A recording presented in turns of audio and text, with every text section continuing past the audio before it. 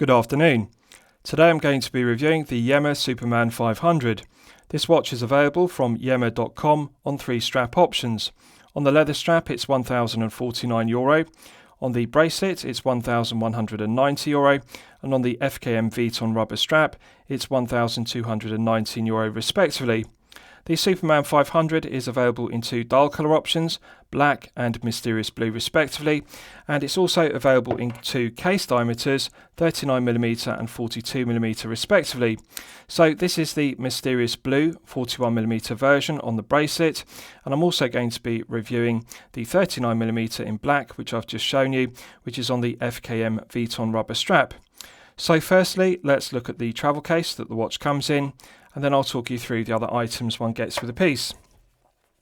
So the Superman 500 comes in a genuine leather travel case, which is protected by this black cardboard box. One removes the lid, pulls down the flap, and this is the leather travel case. It's made from genuine leather, and it's fully perforated and stitched around the perimeter to a high standard. Yema deserve full credit because this makes a refreshing change from the default option of a cardboard or plastic watch box, nicely embossed with the Yema brand emblem and also logo, and I really like it. And beautifully finished with a velour fabric in the interior in a tan tone, and the watch sits on a padded pillow cushion which is upholstered with velour fabric to a high standard. So I think the travel case is very nice. It's got a lovely scent to the genuine leather, and it really is an indication that the Superman 500 is a high quality piece. Now, inside the outer watch box, one gets 2 items, which I'll show you. We have the owner's instruction manual, and as you can see, it says Yema 1948. Yema was founded in France in 1948, and since then they have made their watches in France. This Superman 500 is made in Morteau in France, and the original Superman was made in 1963. Clear diagrams and clear concise instructions in English. It details the operation of the movement used, which is the Yema Caliber 2000. One also gets this warranty card, and unusually it's made from genuine leather rather than using the default option of plastic. Nice stitching around the perimeter, and the printing is in gilt, so very aesthetically pleasing. This is a press release version of the watch, so the warranty card isn't stamped, but if you purchase the watch from Yema.com it will be covered by a 2-year international guarantee, and they will fill in the reference number, serial number, and also the date of purchase. Now, the first 200 versions of the black and the mysterious blue will be numbered 1 of 200 pieces, and the case backs will be engraved with a unique 1 of 200 number, which is a nice touch. So, with regards to the specifications of the piece, firstly we'll look at the 39mm version. We have a 39mm case diameter.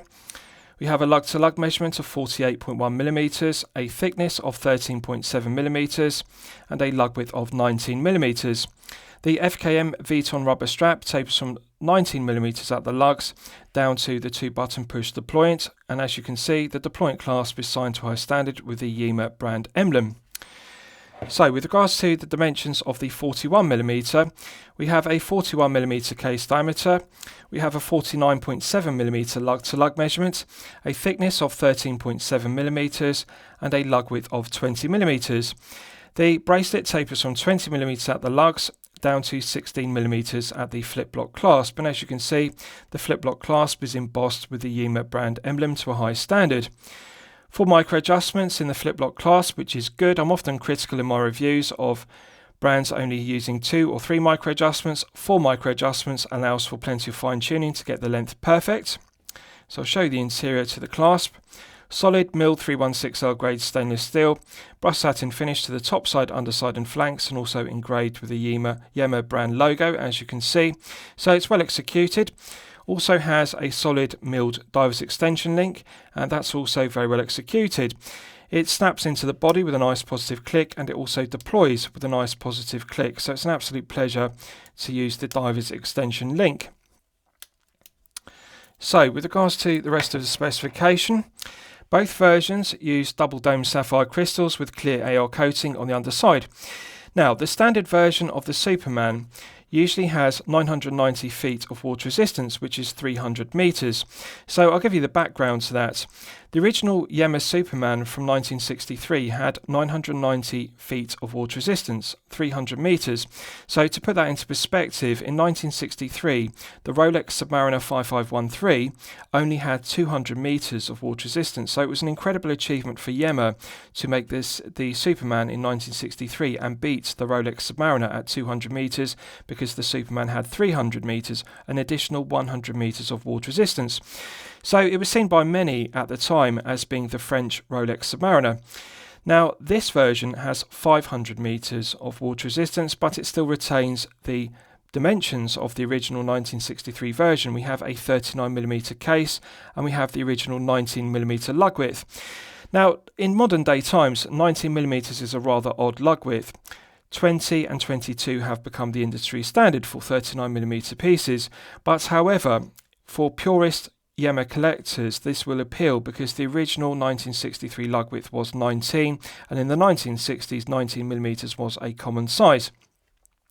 Now, both versions, the 39 and 42, both have the same thickness. They are 13.7mm, and it's very impressive because Yema were actually able to reduce the thickness of the double dome sapphire crystal in this Superman 500 version.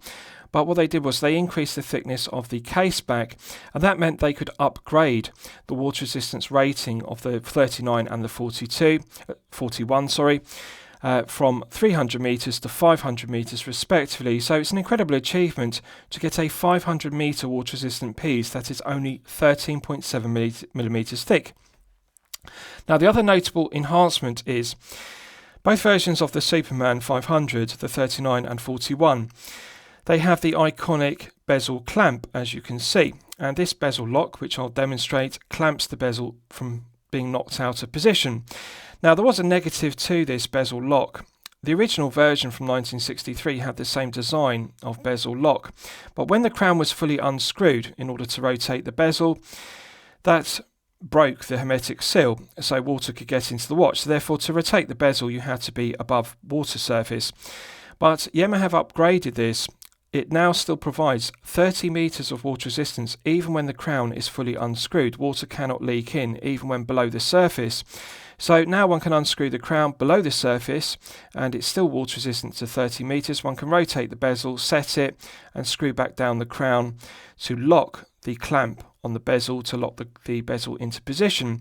And that's a notable improvement because since 1963 it's had this clamp design, but up until now one had to always unscrew the crown above the surface. Now one can do it below the surface, so I think they deserve full credit for that. 30 metres when the crown is unscrewed is very good because usually hermetic seals are only provided when the crown is screwed down. Right, so with regards to the specification, if you look at the handset, you can see the second hand has the iconic Yema shovel hand with the red dot, and this was a feature of the original 1963 Yema Superman, and I'm really pleased they've used the same iconic handset. As you can see, we have the arrowhead to the minute hand, and then we have the pencil style hour hand, and the proportions of the hands are original to the 1963 Superman, as is the printed dial layout. Symmetry is good, no date complications, so we have perfect symmetry. Now, this black dial version has patina lume, which has a lovely cream tone to it, which looks like tritium lume, which has developed a patina from the 1960s. And they've got the colour tone match between the handset and also the printed indices. Perfect. So on the black version, the patina lume glows in a green tone, which is like C3 Superluminova.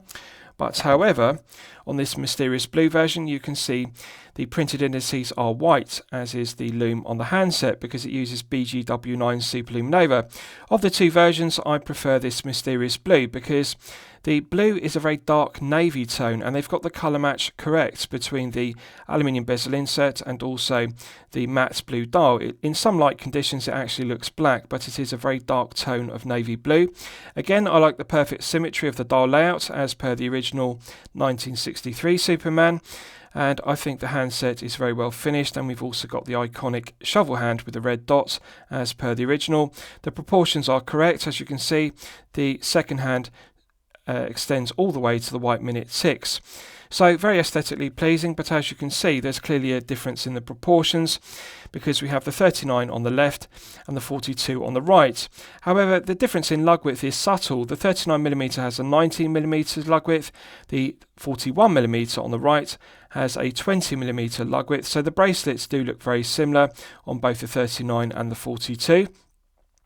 Now, I'll give you wrist shots of both watches. So firstly, we'll look at the 39 on the FKM Vuitton rubber strap. Now, I'm pleased to report it does actually fit my 8-inch wrist on the last hole in the strap, and that is a pleasant surprise because, as you'll know from my previous reviews, often straps and bracelets are a fraction too short for my 8-inch wrist, but this one does actually fit. I love the angular profile of the 2-button push deployment. It's very comfortable. Now, the FKM Vuitton rubber does feel stiffer than silicone rubber, but it feels softer than vulcanized rubber as per Rubber B straps and Bonetto Centurini straps. And I really like it because it's a good compromise between soft silicone rubber and vulcanized rubber, which is harder. FKM rubber really is the ultimate. It's very soft and smooth, very comfortable. It doesn't collect lint. For example, fibres don't stick to it, so it doesn't get dusty as per silicone rubber straps. Nice smooth finish to it, and the taper is very good. 19mm retains the original proportions of the 1963 Superman, as I've detailed. Incredibly comfortable strap to wear, and the 2-button push deployment works very well. Now, with regards to heft, on the FKM Vuitton rubber strap, the 39mm is only 110 grams.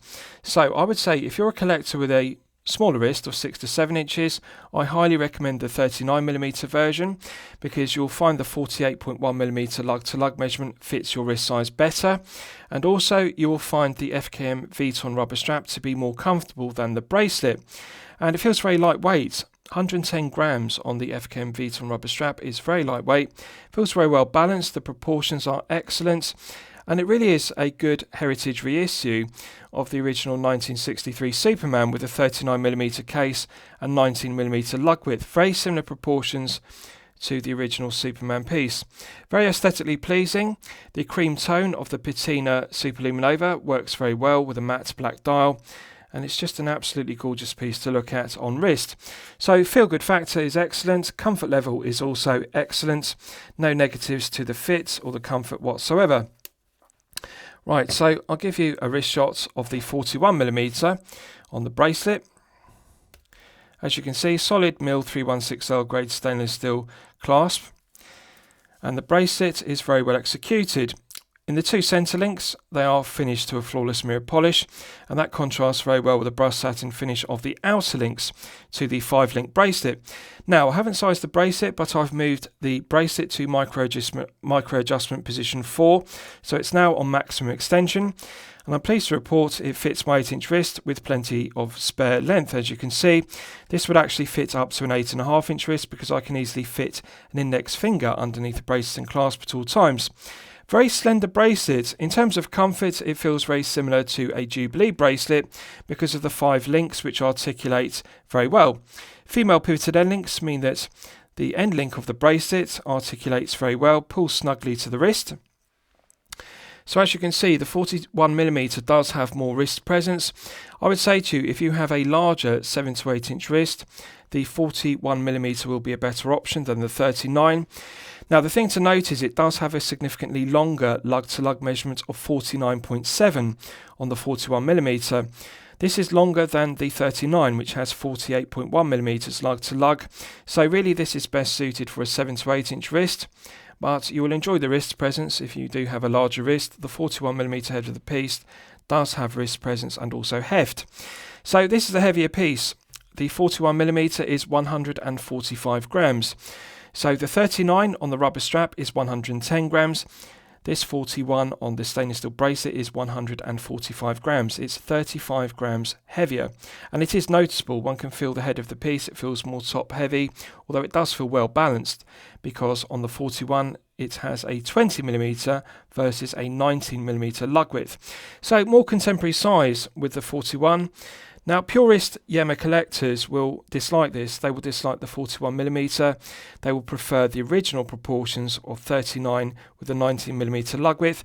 Personally, I like the 41 because it does have more wrist presence, and of course I do have a larger 8-inch wrist.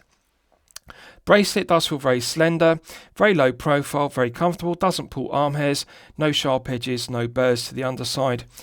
And it feels silky smooth. It feels very like a Jubilee bracelet, and I really like the contrast between the mirror polished centre links and the brushed satin finish outer links, and it also looks very similar to the original 1963 Superman bracelet, but however it does have the modern day enhancements of a solid milled clasp and also solid end links. On the original Superman it had hollow folded end links and also hollow links in the bracelet which pulled arm hairs, and it also had a pressed metal clasp. So Yema have got the balance correct because they've upgraded the end links to solid end links. The links are now solid rather than folded, and we have a solid milled clasp versus the original which was pressed, and we also have a solid milled diver's extension link rather than a pressed metal extension link. So they've brought it up to modern day standards, 2022 specification, but however I would like to see them increase the gauge of the 316L grade stainless steel on the clasp body to make it heavier and thicker, although I do like the 4 micro adjustment holes.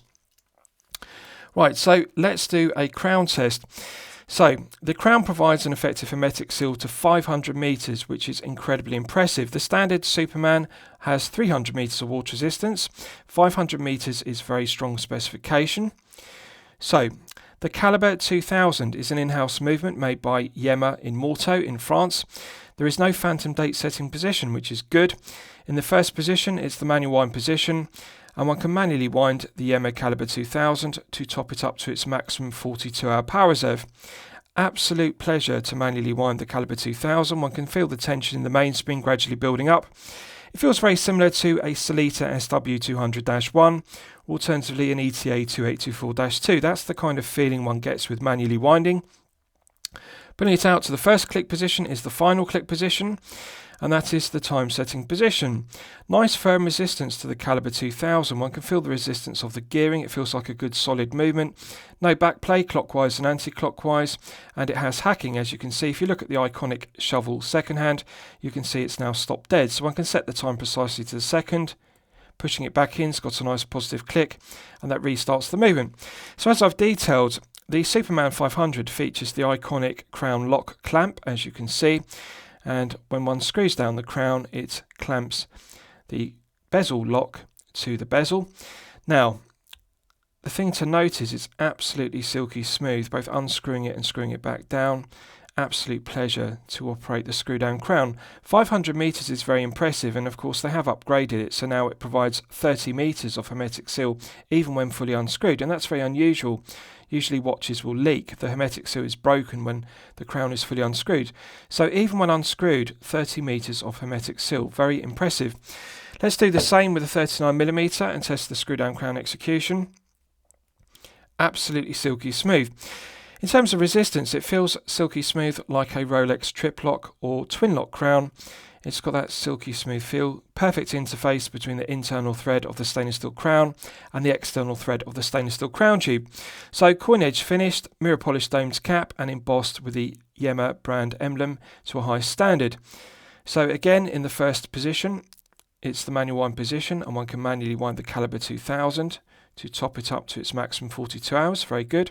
Pulling it out to the first click is the final click. I really like that there's no phantom date setting position. It's nice just to have one click on the crown. Again, silky smooth, no back play clockwise and anti-clockwise, but good firm resistance. Pushing it back in restarts the movement, so I like it's got hacking. Let's test screwing it back down. Immediate thread pickup, it really is outstanding, 10 out of 10. Screw down crown execution, 500 meters of hermetic seal is very strong specification, and the original standard Superman is 300 meters, so an additional 200 meters is very good. Now the bezel clamp works very well to clamp the bezel, so let's test the bezel execution on both pieces. So 120 click unidirectional bezel, as one would expect. Nice loud audible clicks. Light resistance to it. It feels lighter than a Steinhardt Ocean 139, which you may be familiar with. It actually feels quite similar to a Seiko Turtle or a Seiko 5KX if you're familiar with those. That's the kind of resistance we're looking at. It feels even all the way through the 360 degrees of rotation. No lateral side-side play whatsoever.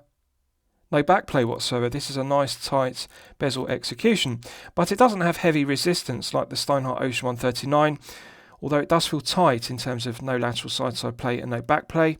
Let's check the alignments. Perfect.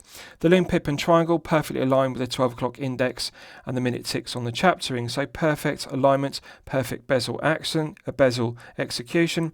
So I'm very impressed with that. The quality control, builds quality of the bezel is outstanding. So we'll do the same on the 41mm. We'll unscrew the crown to release the bezel lock clamp, and then we'll test the bezel, 120 click unidirectional bezel. Nice loud audible clicks again. Again, the resistance feels lighter than a Steinhardt Ocean 139. Feels very similar in resistance to a Seiko, both the Turtle and the 5KX. No lateral side-side play, no back play whatsoever. Very tight bezel execution. I really like it. They've got the balance just right. It's not too light and not too loose. The resistance feels firm but even, and I like that it's lighter than a Steinhardt Ocean 139, which I think is too tight. Seiko bezel resistance, that's what we're looking at. So one more click. Perfect. The Lume pip and triangle perfectly aligns with the 12 o'clock index on the dial and the 60-minute ticks. So 10 out of 10 bezel execution on both the 39 and the 41 respectively. And screwing it back down really is very pleasant. It feels silky smooth. It feels very similar to a Rolex trip lock crown used on the Submariner and Submariner Dates. I really like the feeling of it. The threading feels very smooth. Right, so let's do a lume test on both pieces. So as always, I'm going to use my 100 UV LED torch to charge up the lume to its absolute maximum. So on the black version, the 39mm, we have patina lume, which has a cream tone in daylight, and in the dark it looks very similar to C3 Superluminova. Now, credit where credit's due, this is clearly 5 to 6 layers of Superluminova, and as you can see there's a perfect green tone match between the lume pip on the aluminium bezel insert, the printed indices on the dial, and also the handset. Now the handset is clearly legible. This is clearly 5 to 6 layers because it's glowing incredibly brightly on both the dial and also the handset, and I really like it. If you look at the triangle arrowhead on the minute hand, one can clearly tell the difference between the minute hand and also the pencil hour hand.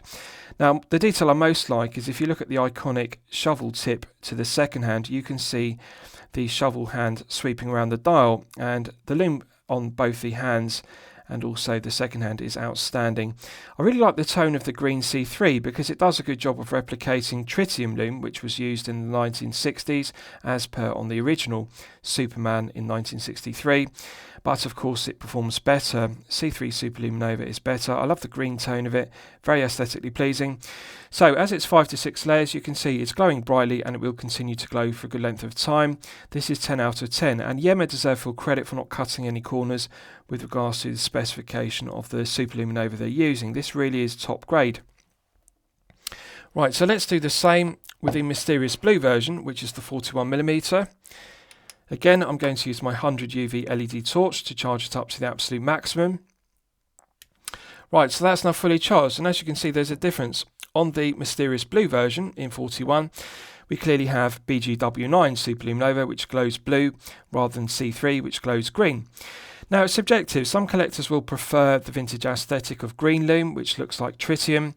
I like both. I like C3 Superluminova and I also like BGW9, which looks very similar to Seiko Lumabrite and also looks similar to Rolex Chromalight. So again, 5 to 6 layers on the dial, and we also have 5 to 6 layers on the handset. There's a good colour match between the lume pip on the aluminium bezel insert, the printed indices and also the hands. And again, if you look at the iconic shovel tip second hand, you can see the second hand sweeping around the dial. So outstanding. The lume plots are large enough, although it's not a maxi dial style proportions.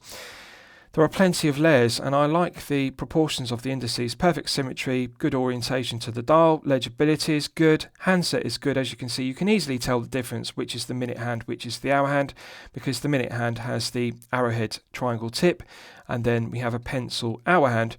Proportions of the hands are good, and I really like the shovel tip to the second hand sweeping around the dial. Again, it's glowing incredibly brightly, and it will continue to glow for a good length of time.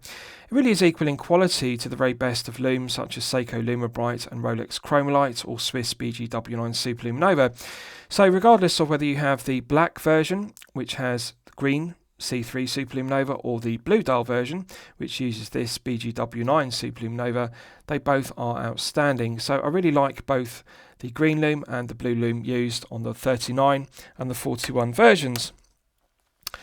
Right, so let's discuss the movement used, because it's one of my favourite aspects of the piece. So both the 39 and the 41mm versions of the Superman 500 use the Yema Calibre 2000, which is an in-house movement made by Yema in Morteau in France. So the architecture of the 2000 isn't a clone or copy of other movements. The architecture is different to the SW200-1, and it's different to the ETA 2824-2, and they deserve full credit for creating their own in-house calibre rather than just producing a copy or clone of the aforementioned as per the PT5000. So the Yema Calibre 2000 has 29 joules. It has a 42-hour power reserve, which is very good. It runs at 28,800 vibrations per hour and a frequency of 4 Hz. It has hand binding and hacking, which are used for complications. And the stated accuracy is plus or minus 10 seconds per day after regulation. Now, I'm pleased to report that this mysterious blue version, the 41mm, is running consistently at plus 3 seconds per day, which is actually within COSC chronometer limits. But of course, it can't be COSC chronometer certified because the Yema Calibre 2000 is made in Morteau in France, and COSC only certify movements which are made in Switzerland. Now, with regards to the Calibre 2000 used in this 39mm black version, this is running consistently at plus 2 seconds per day, which again is within COSC chronometer limits of -4 to +6. Very impressive, +2 from this one, +3 from the other one. So it's a reliable, well-proven movement.